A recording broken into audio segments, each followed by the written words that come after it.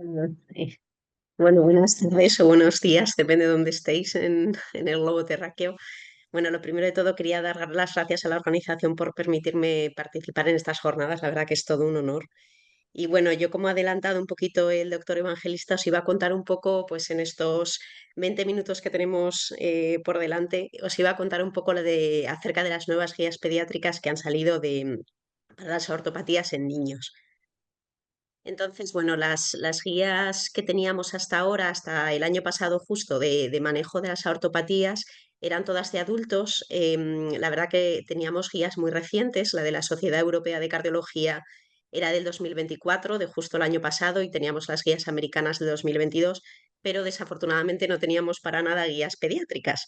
Hasta este año 2024 en el que, bueno, pues surgieron, en febrero se publicó las guías por un grupo europeo de Marfan, y luego las guías americanas también dedicadas a niños también se publicaron durante el año pasado. Son guías que están basadas en la evidencia clínica y en opiniones de expertos, y la verdad que nos han sido a todos los cardiólogos pediátricos que nos dedicamos a esto, a las ortopatías, pues han sido como agua de mayo, que se suele decir. Entonces, el problema que tenemos todos los cardiólogos pediátricos con toda la patología en general cardiológica en niños y en particular con las aortopatías es que todas las guías son siempre de adultos. Entonces, toda nuestra práctica clínica pues, se basa, la extrapolamos de esas guías de adultos, y yo siempre pienso que los niños, particularmente para determinadas enfermedades, pues no es un adulto en pequeño, ¿no? Sino que son completamente diferentes, se comportan diferentes, y en particular en las aortopatías. Y otro problema que teníamos al no tener guías pediátricas es que, bueno, pues el manejo entre los distintos centros pues no es claramente uniforme, ¿no? Cada centro, aunque más o menos las directrices son las mismas, pues cada centro tenía como su librillo particular, ¿no? Entonces, como hemos dicho, durante este año 24 han salido las guías por el Grupo Europeo de Marfan y las guías americanas. Estas guías pediátricas se basan sobre todo en cuatro principales bloques. Por una parte, se centran en el diagnóstico y en el seguimiento por imagen, en el tratamiento médico, el tratamiento quirúrgico y luego en la actividad deportiva, ¿no? Que es que se puede hacer o no con estas enfermedades. En el caso de las guías europeas se centran, como veis ahí en el título, en el Marfan, y las guías americanas sí que se extienden un poco al resto de ortopatías, incluso a la válvula aórtica bicúspide, aparte del Marfan. Entonces, bueno, simplemente como introducción que todos probablemente ya sabréis porque estaréis, pues eso, afectos o tendréis algún familiar o conocido afecto, pues las aortopatías son enfermedades que se heredan, que se lleva, tiene una base genética y que predisponen sobre todo a la dilatación y formación de aneurismas en los vasos arteriales del cuerpo, particularmente en la aorta y en las partes más proximales de la aorta, y predispone también, porque la pared es mucho más finita, pues a que se puedan romper ante determinadas situaciones. Las ortopatías, las que vemos principalmente en niños, son sindrómicas, es decir, que pueden asociar otra afectación a nivel de otros órganos y sistemas, y normalmente asocian también pues, lo que llamamos nosotros los médicos un fenotipo, una apariencia externa particular. Y luego todas estas enfermedades pues tienen base genética, y en función, lo que decía también el doctor Evangelista, en función del gen que esté afecto, incluso de la mutación particular en un mismo gen, pues pueden tener distintos factores de riesgo, distintas particularidades. En cuanto a los niños, pues siempre es importante cuando nos enfrentemos a un niño con sospecha de ortopatía, pues preguntar por la historia familiar. Como ya sabéis, en todas las enfermedades genéticas es muy importante investigar antecedentes familiares, hacer una buena historia clínica y luego, como hemos dicho, que afectan a distintos órganos y sistemas, pues fijarnos muy bien en la exploración física, en estigmas que nos puedan hacer reconocer que ese niño tiene una ortopatía. Hablaremos primero del Marfan, que es un defecto en el tejido conectivo. Yo siempre digo a las familias que el tejido conectivo es como el cemento, ¿no?, del cuerpo, y por eso es una enfermedad que afecta a distintos órganos y sistemas, y sobre todo pues, va a estar muy, muy presente en los ojos, como ya sabréis todos, en todo el tejido musculoesquelético del cuerpo y también en lo que es el corazón y los grandes vasos, fundamentalmente, y es lo que va a marcar, afortunado o desafortunadamente, el pronóstico de estos pacientes. En cuanto a la afectación cardíaca del Marfan, como ya sabréis todos, pues lo más prevalente, lo más frecuente es que se dilate la aorta, sobre todo la primera parte de la aorta, que es lo más típico que vemos en niños. También se pueden dilatar y afectar otros segmentos de la aorta, pues más alejados de esa primera parte, pero en niños es verdad que es poco común. También puede afectarse las válvulas de nuestro corazón, tanto sea la tricúspide como la mitral, que son las dos válvulas que más se afectan porque tienen los velos pues, muy laxos, no cierran bien y pueden tener distintos grados de insuficiencia. Y es más raro en niños que, pues eso, que se afecten otros segmentos más distales, por decirlo así, de la aorta, que esa afectación que también nos ha comentado el doctor Evangelista, que a veces vemos en los pacientes con Marfan, de que el corazón se dilata, pierde fuerza, que es lo que se llama una miocardiopatía, y ese espectro también de arritmias pues es menos frecuente que ocurra en niños. Y luego hay que saber también, porque las guías, sobre todo las americanas, hacen cierta mención a esto. Hay una forma de Marfan que es especialmente severo, que es el Marfan de comienzo precoz, que se dan niños, vamos, tienen manifestaciones desde edades muy tempranas en la vida, son fenotipos, son cuadros muy severos, con dilatación aórtica significativa ya desde pues, poquitos meses o años de vida y con mucha afectación también valvular, y el pronóstico, lógicamente, pues es peor. Entonces, el diagnóstico en niños simplemente pues lo hacemos con una serie de características que nos fijamos en la exploración física, que se llama score sistémico. Es verdad que en niños, sobre todo cuanto más pequeñito es, pues las manifestaciones musculoesqueléticas pueden pasar, no están tan patentes, se suelen desarrollar más cuando van creciendo los niños y a veces se infradiagnostica por este motivo. Y luego los criterios de Gantt, que es como usamos nosotros para ver un poco la probabilidad, hacer el diagnóstico de clínico de Marfan. Y cuando la genética en niños solemos hacerla, pues cuando tenemos una historia familiar de Marfan y sabemos que hay una mutación reconocida en la familia, pues se le puede hacer al niño el estudio de la mutación familiar y sabemos si porta la misma mutación o no. Y en niños que cumplen criterios diagnósticos de Marfan, pues también les solemos hacer un panel, si son los primeros en la familia, de aortopatías para ver un poco cuál es la genética de ese niño. Cuando los niños no cumplen, tienen sospecha de Marfan, pero no cumplen criterios completos, pues muchas veces esperamos a sacar genética cuando ya crecen, les hacemos un seguimiento clínico, eso sí, y cuando vemos que ya empiezan a cumplir criterios clínicos, pues se puede sacar la genética. En las guías europeas y las americanas, pues en la parte de las técnicas de imagen hacen hincapié, pues como todos ya sabréis, porque cuando vais a consulta o como acompañantes, como pacientes, pues ya sabréis que cada vez que se evalúa, pues se hace una ecografía, es una técnica que es barata, es sencilla, no es invasiva, no radia. Y bueno, pues las guías sí que dicen un poco todos los puntos. Normalmente hay 7 puntos que hay que medir en la aorta, la parte que más precozmente se dilata, que es la aorta proximal, que se sale justo la primera parte de la aorta, justo conectada con el ventrículo izquierdo. Pues hay unos puntos de medida que se tienen que hacer, y luego de regiones más distales que se ven en algún plano de la ecografía y que en niños tenemos la suerte de que normalmente se suele ver bastante bien, a diferencia de adultos. Bueno, también se habla un poco de cómo nos referimos a los diámetros de la raíz aórtica. En adultos se habla con un diámetro, un valor absoluto. Nosotros en niños usamos el valor absoluto, pero también, como también nos ha contado un poco el doctor Evangelista, hacemos lo indexamos, por decirlo así, con la superficie corporal y damos unos valores de normalidad, que es lo que muchos conoceréis por informes y a veces que os hablarán los cardiólogos, pues del Z-score. Entonces, el Z-score estándar, o sea, el perfecto es un Z-score 0, y todo lo que sea por encima de 0, Z-score +1, +2, pues es cierta dilatación, y menor de eso, pues es pequeñita. Entonces, se considera normal, los límites normales, un Z-score menos +2, ¿vale? En ese rango. Y a partir de +2 es lo que consideramos ya dilatación. Esto lo usamos los pediatras, los cardiólogos de adultos no solo hablan de valores absolutos. En cuanto a otras técnicas de imagen que se hacen, la resonancia es una técnica ideal, da una medida muy fiable de la raíz aórtica. Sobre todo nosotros en niños tenemos menos problema, pero es verdad que a veces los pacientes con enfermedades del tejido conectivo, en particular Marfan, tienen deformidades torácicas que a veces cuesta medir y ver bien los planos por ecografía. Muchas veces también las aortas no se dilatan de manera cilíndrica, se dilatan de manera pues con formas caprichosas, ovaladas, y muchas veces con la simple ecografía no sabemos si estamos viendo el diámetro máximo de esa dilatación. Y sin embargo la resonancia pues sí que nos da una medida precisa de esto. El problema de los niños, pues que cuando la resonancia tarda su tiempo en hacerse, o sea, la adquisición de las imágenes, pues mínimo son 20 minutos, si no es más.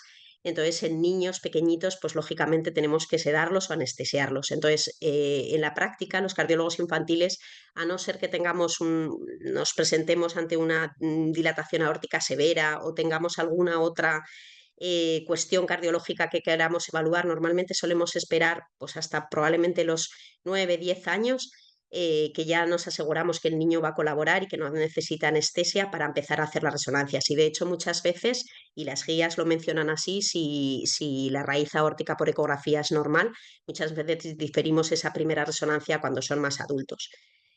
La resonancia lo bueno que tiene es que no radia y no muchas veces no precisa contraste, y lo que pasa que es lenta en la adquisición de las imágenes, y la resolución espacial es verdad que es más potente quizás el TAC.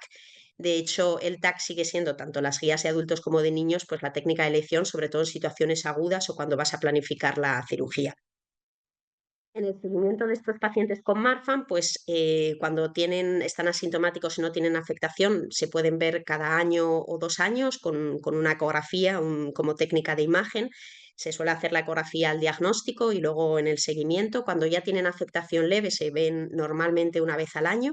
Y cuando ya hay otros factores de riesgo, como pueden ser un crecimiento rápido, que en pediatría está estipulado que son más de 5 milímetros al año, aortas muy dilatadas que están próximas a sentar a criterio de cirugía, o hay otras afectaciones cardíacas, valvulares, o empezamos tratamiento, pues a veces se puede acortar, por supuesto, el seguimiento y ajustarlo a lo que requiera el paciente. En cuanto a la resonancia, sí que se suele hacer cada 5 años, salvo que, bueno, pues lo mismo, tengamos un crecimiento desmesurado, haya factores de riesgo que nos preocupen y acortemos ese seguimiento. En adultos sí que suelen hacer una resonancias para ver zonas distales de la aorta, pues por el riesgo que tienen más que en niños de dilatarse otras zonas de la aorta más que la proximal. En niños muchas veces se recomienda hacer una resonancia de cuello a pelvis, o sea, hacia la zona de la cintura, pues una vez en el seguimiento para evaluar sobre todo la tortuosidad de los vasos, sobre todo el cuello, que es un factor pronóstico, pero luego ya normalmente no solemos hacer resonancias de todo el cuerpo de manera seriada como pueda hacerse más en la cardiología de adultos. En cuanto al tratamiento médico del Marfan, pues están los dos tratamientos, el betabloqueante y los antagonistas de los receptores de la angiotensina.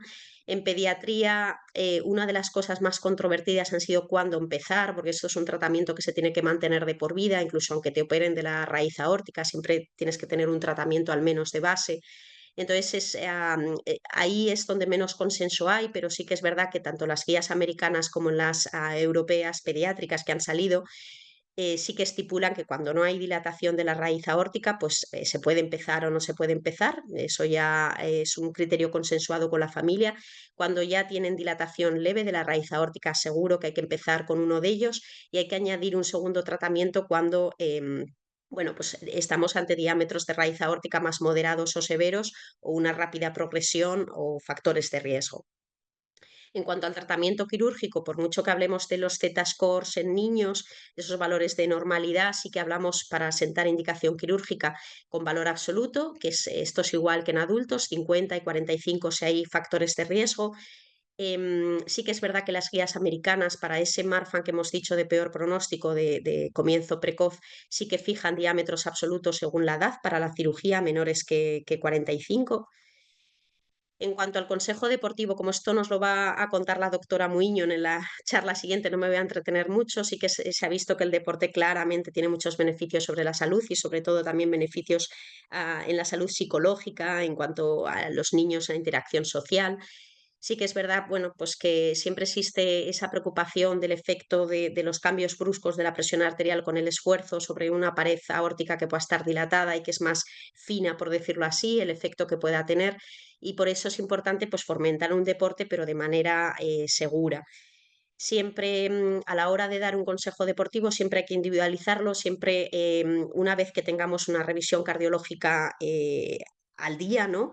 Y siempre pensando en los otros sistemas que también pueden estar afectos en el paciente, el riesgo que puedan tener pues de una posible desprendimiento de retina y por sus condiciones de toda esa afectación musculoesquelética, pues hay que prescribir el ejercicio y siempre de manera consensuada pues con la familia y con el paciente. En general, los deportes de competición hay que evitarlos, los deportes que tengan, que sean de potencia también hay que evitarlos, ejercicios intensos, federados, deportes que tengan riesgo de impacto, que hagan maniobras de valsalva pues muy desmesuradas, pues todo eso hay que evitarlo. Sí que es verdad que en los niños pequeñitos se recomienda el ejercicio físico en general sin restricción. En niños más mayores que se estipula la edad de 10 años un poco de diferencia, ¿no? De menos de 10 años, más de 10 años, más de 10 añitos que ellos hacen deportes más competitivos y se meten más un poco en el deporte en sí. Si no tienen raíces aórticas muy dilatadas, sí que pueden hacer deporte a nivel siempre recreativo, a cualquier intensidad. Y si ya tienen diámetros más dilatados, factores de riesgo, pues ya la intensidad se limita a intensidad más bien por debajo de moderada, es decir, que puedan hacer ejercicio y puedan hablar a la vez, mantener una conversación. Las guías americanas son bastante parecidas y no me voy a entretener mucho porque luego lo hablará la doctora Muiño. Y en cuanto al síndrome de Lois-Dietz, aquí ya son las guías americanas, pero las europeas solo hacen mención al Marfan infantil, pues simplemente saber que hay 6 tipos, que los dos que implican una afectación normalmente más severa, incluso hemos dicho que es raro que haya una disección en un niño con Marfan en la edad pediátrica, pero sin embargo en el Lois-Dietz tipo 1 y tipo 2 sí que puede haber a edades más precoces, pues disección aórtica. Em, y también pueden tener afectación valvular y muchas veces particularmente algún tipo de LOISD sí que pueden asociarse a defectos congénitos que normalmente suelen ser simples, a cardiopatías congénitas simples, aparte de otra afectación extracardíaca, ¿no? Estos pacientes, en cuanto al seguimiento, sí que aquí hacen diferencia entre los dos subtipos de Lois-Dietz, que el tipo 1 y el tipo 2, que son los que más riesgo hemos dicho que pueden tener de dilataciones más precoces, incluso de disección. En principio, cuando no hay afectación, tienes un síndrome Lois-Dietz y no tienes afectación cardiológica en las pruebas de imagen, pues el seguimiento puede ser pues, una vez cada año o 2 años, pero sí que cuando empiezas a tener dilatación aórtica, sí que el seguimiento ya empieza a ser cada 6 o 12 meses. En el caso del tipo 1 o tipo 2, lo que hemos dicho, en el resto, cuando es una afectación leve, se puede diferir un poquito más el seguimiento y conforme va empeorando pues dilatación aórtica, pues lógicamente el seguimiento va estrechando y sobre todo pues si ves que si vas viendo que el crecimiento de esa aorta pues tiene un crecimiento un poco desmesurado, antecedentes familiares de disección aórtica de edades precoces, pues el seguimiento pues se va estrechando. En cuanto a el tratamiento médico, si no hay afectación cardíaca, pues lo mismo. En principio no hay una indicación estricta de empezar medicación. Esto siempre consensuarlo con la familia. Cuando hay afectación leve, se suele empezar con un tratamiento y lo mismo, en el Loistis tipo 1, tipo 2, por su mayor agresividad, pues también somos más agresivos con el tratamiento. En cuanto vemos que el diámetro de la raíz aórtica progresa, pues ya añadimos terapia dual, doble tratamiento. En cuanto a la cirugía, los diámetros son de cirugía se meten a quirófano para operar la raíz aórtica antes, con diámetros menores. Y en función de la edad, sí que las guías, en este caso las americanas, que son las que hacen mención al LOISDIS, pues determinan unos diámetros según un poquito la edad, ¿no? En el deporte lo mismo, una decisión consensuada con la familia, con el paciente, con el médico. Siempre eso, actualizar un poco las revisiones cardiológicas, oftalmológicas, traumatológicas para hacer una buena prescripción del ejercicio. En estos pacientes con LOISDIS muchas veces hay que tener mucho cuidado porque pueden asociar con mucha frecuencia inestabilidad de la columna cervical y hay que también valorar todo, ¿no? No solo lo cardiológico, sino todos los posibles riesgos a nivel de otros sistemas. Y en cuanto al Ehlers-Danlos, es una de las ortopatías pues, probablemente menos frecuentes, aunque probablemente su frecuencia esté infraestimada. Muchas veces en niños es muy sutil la presentación y de hecho muchas veces lo que vemos pues, son niños que salen pues, hematomas con frecuencia, o sea, o con pequeñas heridas cutáneas, pero es verdad que no hay que dejar de recordar que el 20% de los pacientes antes de los 20 años tiene un evento aórtico y esto es importante porque es una presentación muy severa. Tienen riesgo muy alto de disección aórtica, ruptura de cualquier vaso, no solo de grandes vasos, sino de cualquier vaso arterial de cualquier calibre, incluso, que es muy importante, sin tener aneurismas en las pruebas de imagen. Por tanto, que una prueba de imagen con una raíz aórtica normal no te excluye el que ese paciente pueda tener una rotura arterial, ¿no? Aunque sí que es verdad que el ver un aneurisma pues aumenta la probabilidad. En cuanto al seguimiento, pues mucho más estrecho, ¿no? Porque es más agresiva la presentación. Cuando no tienen dilatación aórtica, sí que pueden verse pues una vez al año o incluso año y medio. Y cuando ya empiezan a tener dilatación aórtica, pues el seguimiento hay que estrecharlo. En cuanto al tratamiento, pues como es poco frecuente, no está muy estandarizado, pero en muchas partes del mundo se usa el celiprolol, probablemente al diagnóstico. Sí que se ha visto en algún artículo pues, que puede disminuir los efectos cardiovasculares adversos. También en muchas partes del mundo usan los inhibidores de los receptores de la angiotensina, los betabloqueantes, que también se ha visto que comparado con no dar nada, pues sí que disminuyen los eventos. Y en el deporte, pues aquí sí que los casos son anecdóticos, las recomendaciones son mucho más, con menos evidencia, ¿no? Y siempre hay que pensar que estos pacientes, pues eso, tienen mucho riesgo de rotura arterial, también de otros órganos, muscular, entonces hay que tener mucho cuidado con ellos, probablemente sean los que más preocupen, ¿no? Pero bueno, esto nos lo contará Laura en la siguiente charla y nada, muchísimas gracias. Pasamos ahora a las preguntas.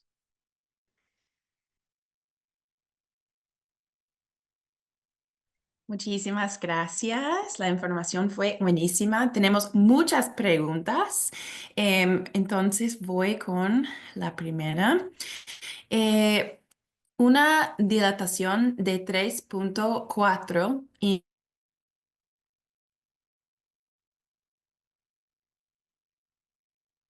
She's having some Zoom problems. She will be right back.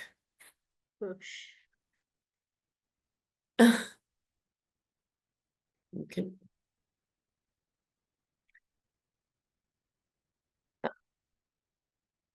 Bert, can you jump in the Q&A, maybe ask one of the questions? She's coming back. Okay, because I'm trying to find the Q&A. Okay. How much time do you think before she gets back? She's like another minute. She doesn't know what's happening with her computer. So let me see.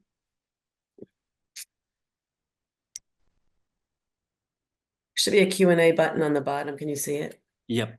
Yeah. Okay, I see great. some Just click on questions. that and maybe you can ask one or two of those questions, then we can keep going. Okay, Okay. La propuesta de uso combinado de los medicamentos se refiere a tomar una dosis de combinación de ambos medicamentos. Esa es la pregunta que tenemos. Bueno, cuando hablamos de uso combinado, normalmente empezamos por un fármaco y siempre lo solemos poner a dosis máximas toleradas por el paciente, que claro, eso varía mucho en la tolerancia de cada paciente y hay que intentar encontrar ese equilibrio, ¿no? de los efectos secundarios que puedan tener y de la dosis óptima. Y cuando añadimos un segundo fármaco, quiere decir, pues eso, otra pastilla diferente, otro jarabe diferente, depende de la formulación, pero son dos fármacos distintos que se dan a la vez, básicamente. O sea, no en una misma presentación, sino dos componentes distintos, ¿no? Por decirlo así, dos fármacos distintos. Perfecto, gracias, doctoras. Y ya veo que Kathleen está con nosotros en línea. Te lo tiro a ti, Kathleen. gracias, Vuelto. perdón, ya se fue mi internet, no sé qué pasó. Ok, una dilatación de 3.4 en una niña de 6 años es un valor preocupante. Eh, Bueno, eso Nosotros que los pediatras usamos el valor absoluto, pero también usamos lo que os he explicado del Z-score, entonces ahora no lo tengo en la cabeza según la superficie corporal, pero vamos, en principio lo que hemos dicho, aunque sean niños, y la verdad que te da auténtico pánico ver un niño de 7 años con una raíz aórtica que para un adulto no es tanta dilatación, para un niño proporcionalmente para su superficie corporal es muy alta. Entonces, 34 para una niña de 6 años, pues sí, está dilatado, pero aún le queda un tiempo para sentar indicación para cirugía.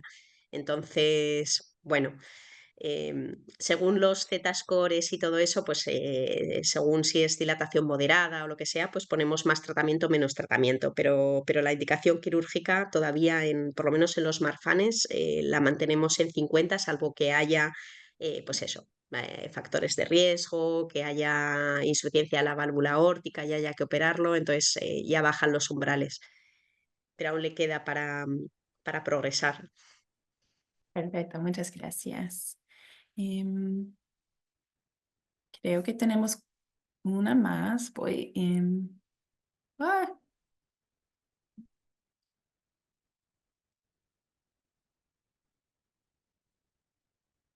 yo lo vi uno de niños, perdón. Ok. Ahí está. ¿Cuál tipo de ejercicio? Yo sé que en la próxima charla vamos a hablar sobre ejercicio, entonces solo vamos a preguntar sobre ejercicio específicamente en relación a pediátrica, ¿verdad? Porque yo sé que en la próxima charla, para que sepan todos que vamos a hablar mucho sobre ejercicio, pero específicamente si doctora Elena tiene ideas para niños. ¿Ejercicio físico? Sí. Sí. Pues bueno, la verdad que me alegro que estas nuevas guías pediátricas sean más, porque hasta ahora la verdad que las guías de las ortopatías han sido muy restrictivas para los pacientes con Marfan. Y esto lo he hablado yo mucho con la doctora Muiño y con compañeros que se dedican a ortopatías en pediatría.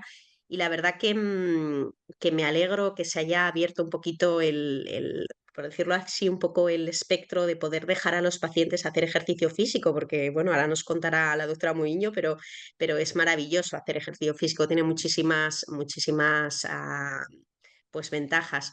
Entonces, bueno, yo creo que lo que hemos dicho en la charla y que supongo que nos contarán más adelante, que al final el ejercicio físico siempre que sean evitando deportes que tengan riesgo de impacto, de impactos, todo lo que hemos comentado de cambios en la presión que hagas intratorácica, ¿no? Que puedan afectar a una aorta dilatada.